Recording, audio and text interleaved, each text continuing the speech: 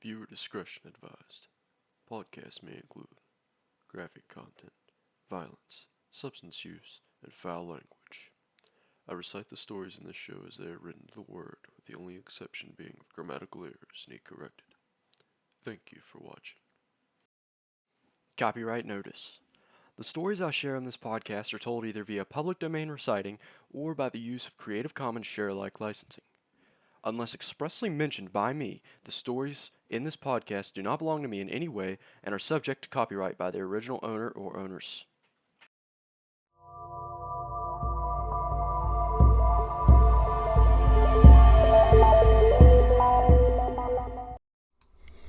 What's going on, everybody? Welcome back to Scared Shitless Podcast. Today we got a goodie for you guys.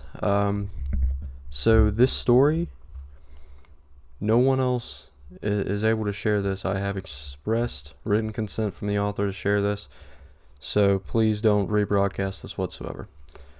So I've got a post from Reddit No Sleep, and this is a new post. It's only been up for about 21 hours, and it's got 69 upvotes already.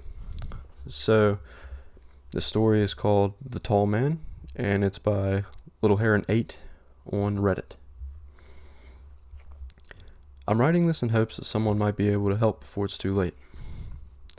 It all started about a month ago when I was walking home from a bar I work at. It was late by then, and the small town I live in looked like a ghost town. It was honestly pretty creepy, and I quickened my step, thankful my house was only a few blocks away. I took out my phone and checked the time, 12:32 a.m., and that was when I saw him. I was in the process of putting my phone back in my pocket when I happened to glance across the street and noticed the man standing stock still under a streetlight. He looked to be about 6, maybe 7 feet tall, but it was hard to tell because he wore a very dirty, very old trench coat. For some reason, the sight of him standing there got to me, and I sped walked the rest of the way home, constantly checking over my shoulder just in case he chose to follow me. I breathed a sigh of relief as I turned into the pavement leading up to my door and made my way inside, almost unconsciously locking the door behind me.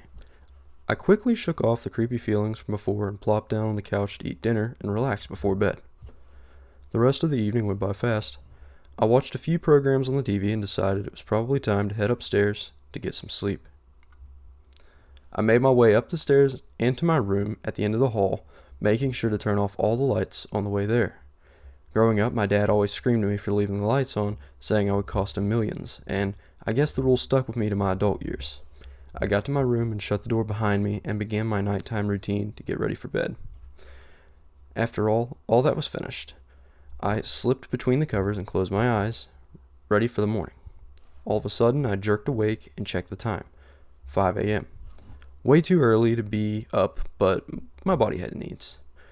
I quickly used the bathroom and drank some water and headed back to bed, repeating the same chore of turning all the lights off.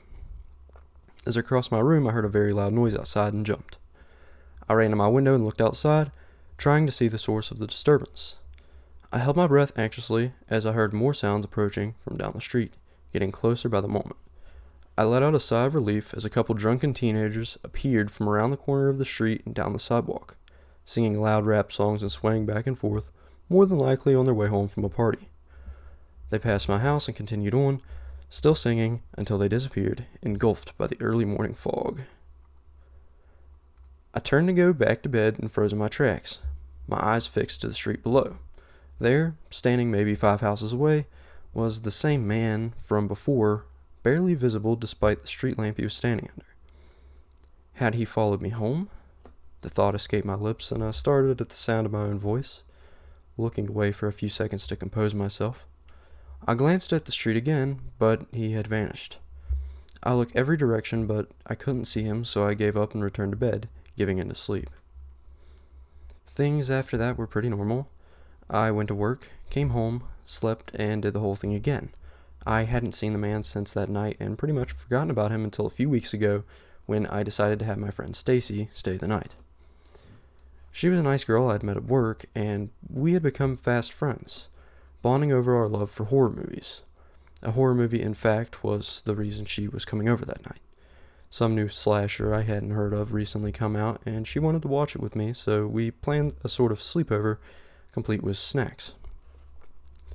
I had just finished setting out the various chips and popcorn I had when the doorbell rung, and I went to open the door. There stood Stacy, a slightly troubled look on her face, and I invited her inside, asking what was the matter. She set down her coat and turned to me. "Did you see the man who was behind me on the sidewalk?" Her words made my blood run cold, and I quickly walked over to the door and peered through the peephole. Once I was satisfied no one stood there, I turned back and we both headed into the living room, trying to lighten the mood by talking about the new movie. We sat down and she put it on, and I quickly forgot about the events of earlier and became engrossed in the movie. It was actually pretty good. We watched the movie, talked, and ate snacks until the credits came on. It was time for bed. The couch pulled out into a small mattress, so that's where she slept, and I headed up to my room, once again turning every light off on the way. I stopped for a moment beside my bedroom window, but saw nothing outside and got into my bed, quickly succumbing to sleep. Maybe an hour later, I woke up to a slam downstairs and ran down to the front door hanging open, and Stacy slowly walking across the porch and down the steps. "Hey Stacy, what's going on?" I called, but no answer. It's as if she was in a trance. I went to go grab her and get her back in the house, but stopped dead in my tracks as I looked at who, or should I say what, she was walking towards. It was the man, except this time he looked impossibly tall. He wasn't wearing his trench coat. Instead, where the coat should have been, there was a long cut in the man's chest and stomach, and through the gash was unfolding hundreds of arms, long and ghostly white, which reached to grab Stacy. I couldn't move as I watched her get snatched up and seemingly pulling her into the man's torso, her body crunching and cracking as the arms stuffed her corpse inside. After that, he smiled at me, put his trench coat back on, raising a finger in a shushing motion, and walked away down the street. Finally, my legs started working again. I collapsed onto the carpet, trying to make sense of what I had seen. That thing had just shoved my coworker into its damn body. What if it would come back for me? Unsatisfied with its meal tonight, I slammed the door and shakily made my way to the bathroom. After emptying the contents of my stomach, I wiped my mouth and sat down on the toilet, still in shock from what had happened. I went to my room and looked down upon the street below, looking for any sign I wasn't losing my mind. No sign showed itself. I gave up and went to bed, or at least I tried to. I awoke the next morning with a massive headache and called into work sick. I popped a couple of Advil and sat down on the couch, rubbing my temples. All of a sudden, I heard a knock at the door and jumped slightly, the events of last night still playing in my mind. I hesitantly made my way over to the front door and looked outside but saw nothing. I opened the door and looked down to see a piece of paper laying on my welcome mat. I picked it up and turned it over to see the two words that sealed my fate. "You're next." I haven't been to work in 2 weeks, and I refuse to leave the house, even when my friends keep calling me to hang out. I know if I go outside, he will get me. There was one night recently I woke up to find myself downstairs with my hand on the front door, ready to open it. I immediately pulled away and ran back upstairs. Since then, I lock my bedroom door. I know he's coming for me, and I don't know how long I have till he gets me. Please, if anyone can help me, please, I don't want to die.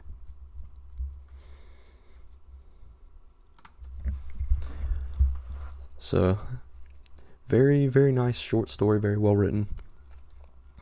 I enjoyed reading it, and I had the pleasure to reach out to the author and get permission to read this story. I'm going to be leaving the author's Reddit account in the description of my YouTube video and in the show notes of my Spotify. Please go check them out. Give them a vote, leave a comment on there or something for them. Give them the exposure they deserve. I'm really appreciative of being allowed to share this story with you guys.